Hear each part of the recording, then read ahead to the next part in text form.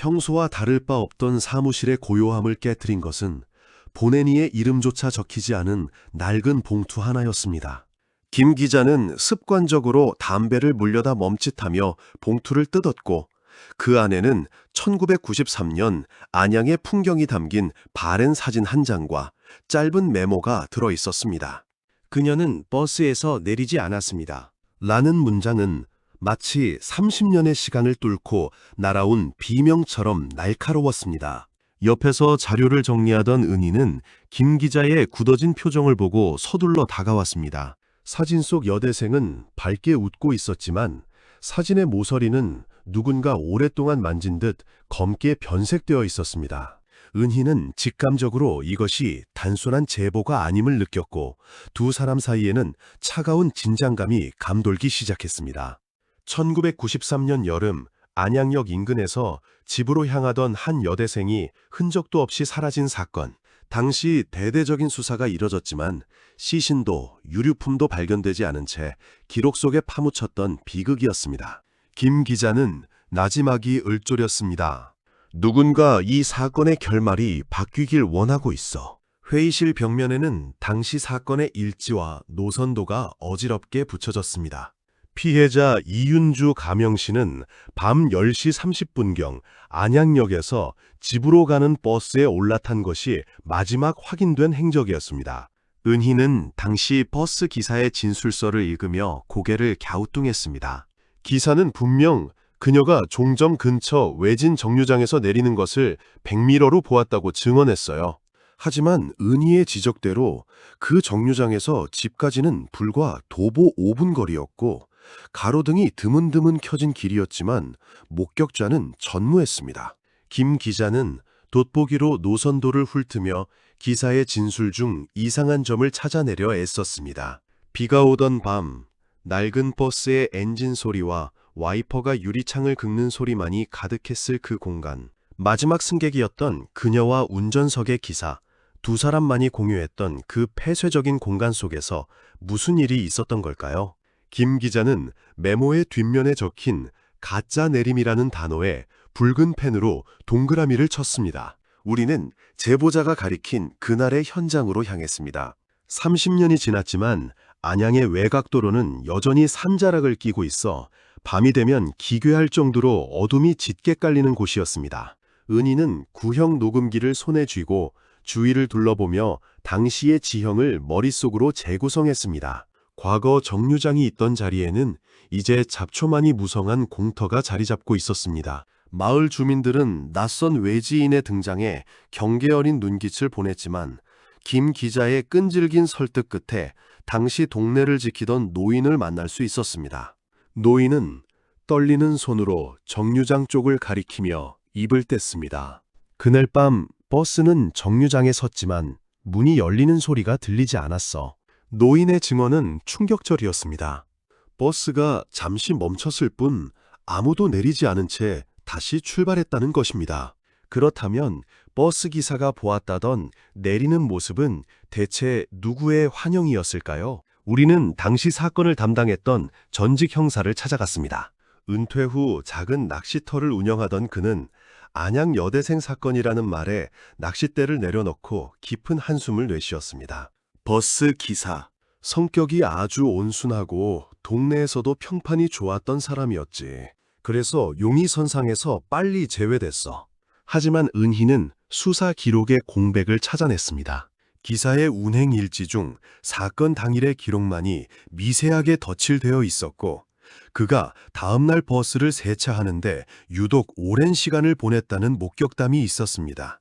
김 기자는 형사에게 그 기사의 행방을 물었지만 그는 이미 10년 전 세상을 떠났다는 허무한 대답이 돌아왔습니다. 진실을 말해줄 유일한 용의자가 사라진 상황에서 사건은 다시 미궁으로 빠지는 듯 했습니다.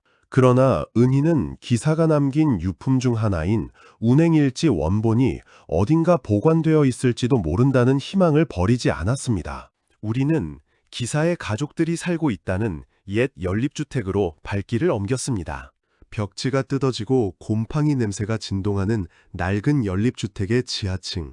기사의 아들은 아버지가 남긴 짐들을 상자째로 구석에 처박아 두고 있었습니다. 김 기자는 먼지 자욱한 상자를 열어 하나씩 살피기 시작했고 그 안에서 1993년의 날짜가 적힌 수첩 하나를 발견했습니다. 수첩의 마지막 장에는 갈겨 쓴 글씨로 알 수 없는 좌표와 미안하다는 짧은 문구가 반복해서 적혀 있었습니다. 은희는 그 좌표를 현대 지도로 옮겨 보았고 그곳이 당시 버스 종점 근처의 폐교 부지임을 알아냈습니다. 공포가 엄습했지만 진실을 확인하기 위해 우리는 야간 촬영 장비를 챙겨 그곳으로 향했습니다. 차창 밖으로 스치는 안양의 밤 풍경은 마치 30년 전의 그날처럼 음산했습니다. 은희야, 만약 기사가 그녀를 내려주지 않았다면 버스 안에서 무슨 일이 있었던 걸까? 김 기자의 질문에 은희는 대답 대신 카메라 렌즈를 조절하며 입술을 굳게 다물었습니다. 달빛조차 닿지 않는 폐교 입구는 거대한 괴물의 아가리처럼 우리를 기다리고 있었습니다.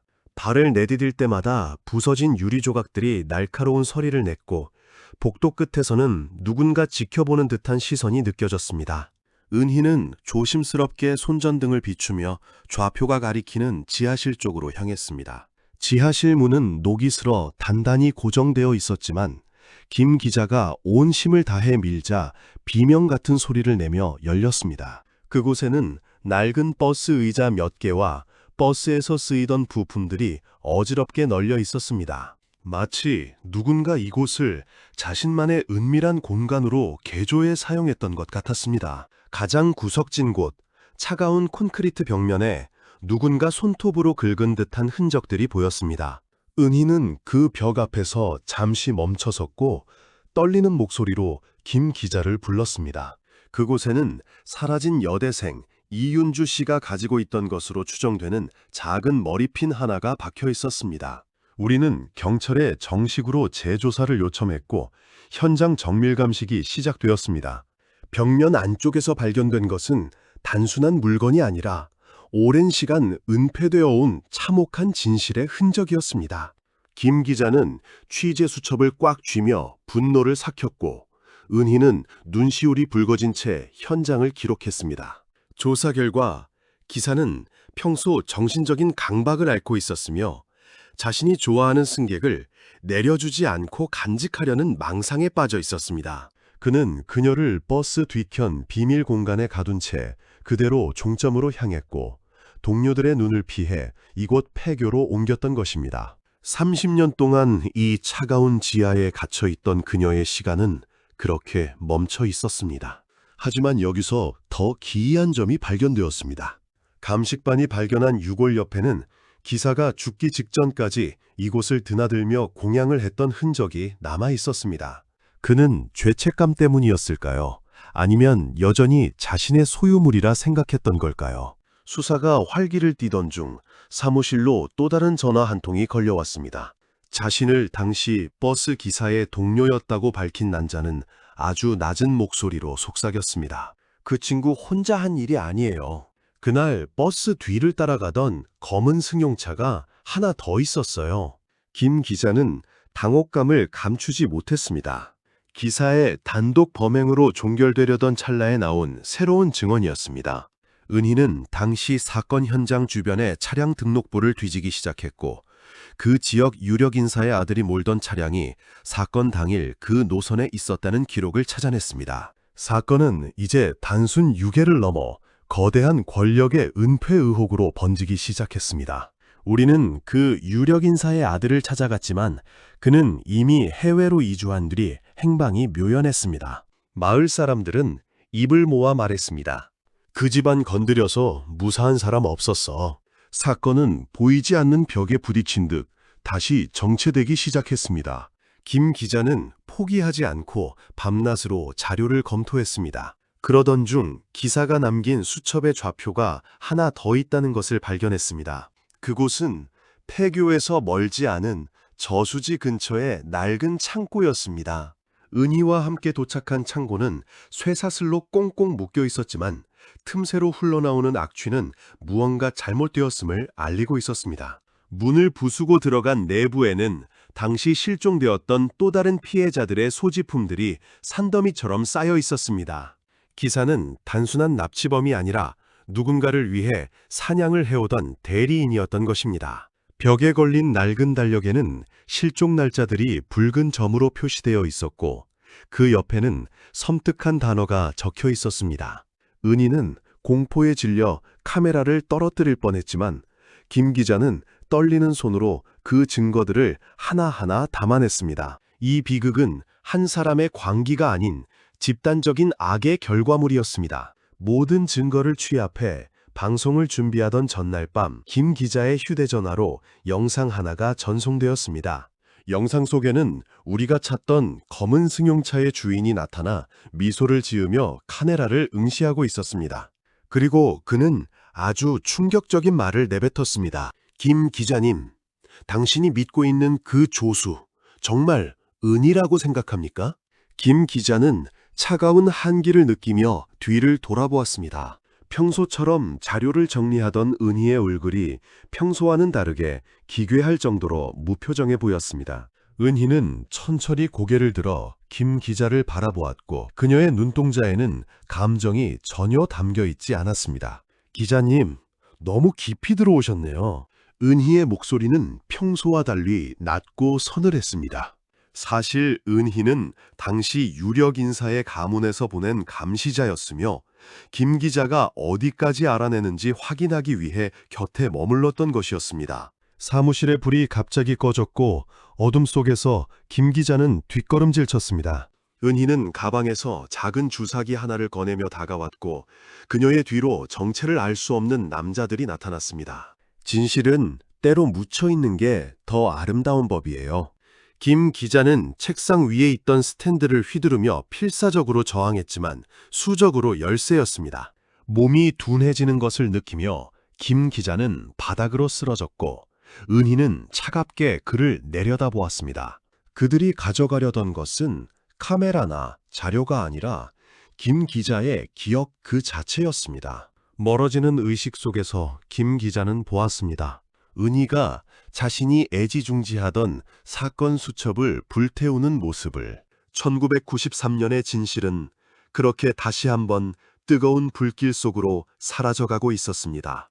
다음 날 아침 안양의 한 공원 벤치에서 김 기자가 발견되었습니다. 그는 간신히 깨어났지만 지난 일주일간의 기억이 완전히 지워진 상태였습니다. 경찰은 과로에 의한 일시적인 기억상실로 결론지었고 사건은 그렇게 일단락되었습니다. 사무실로 돌아온 김 기자는 자신의 책상 위에 놓인 새 노트를 펼쳤습니다. 그곳에는 이름 모를 누군가 적어놓은 듯한 한 문장이 있었습니다. 그녀는 버스에서 내리지 않았습니다.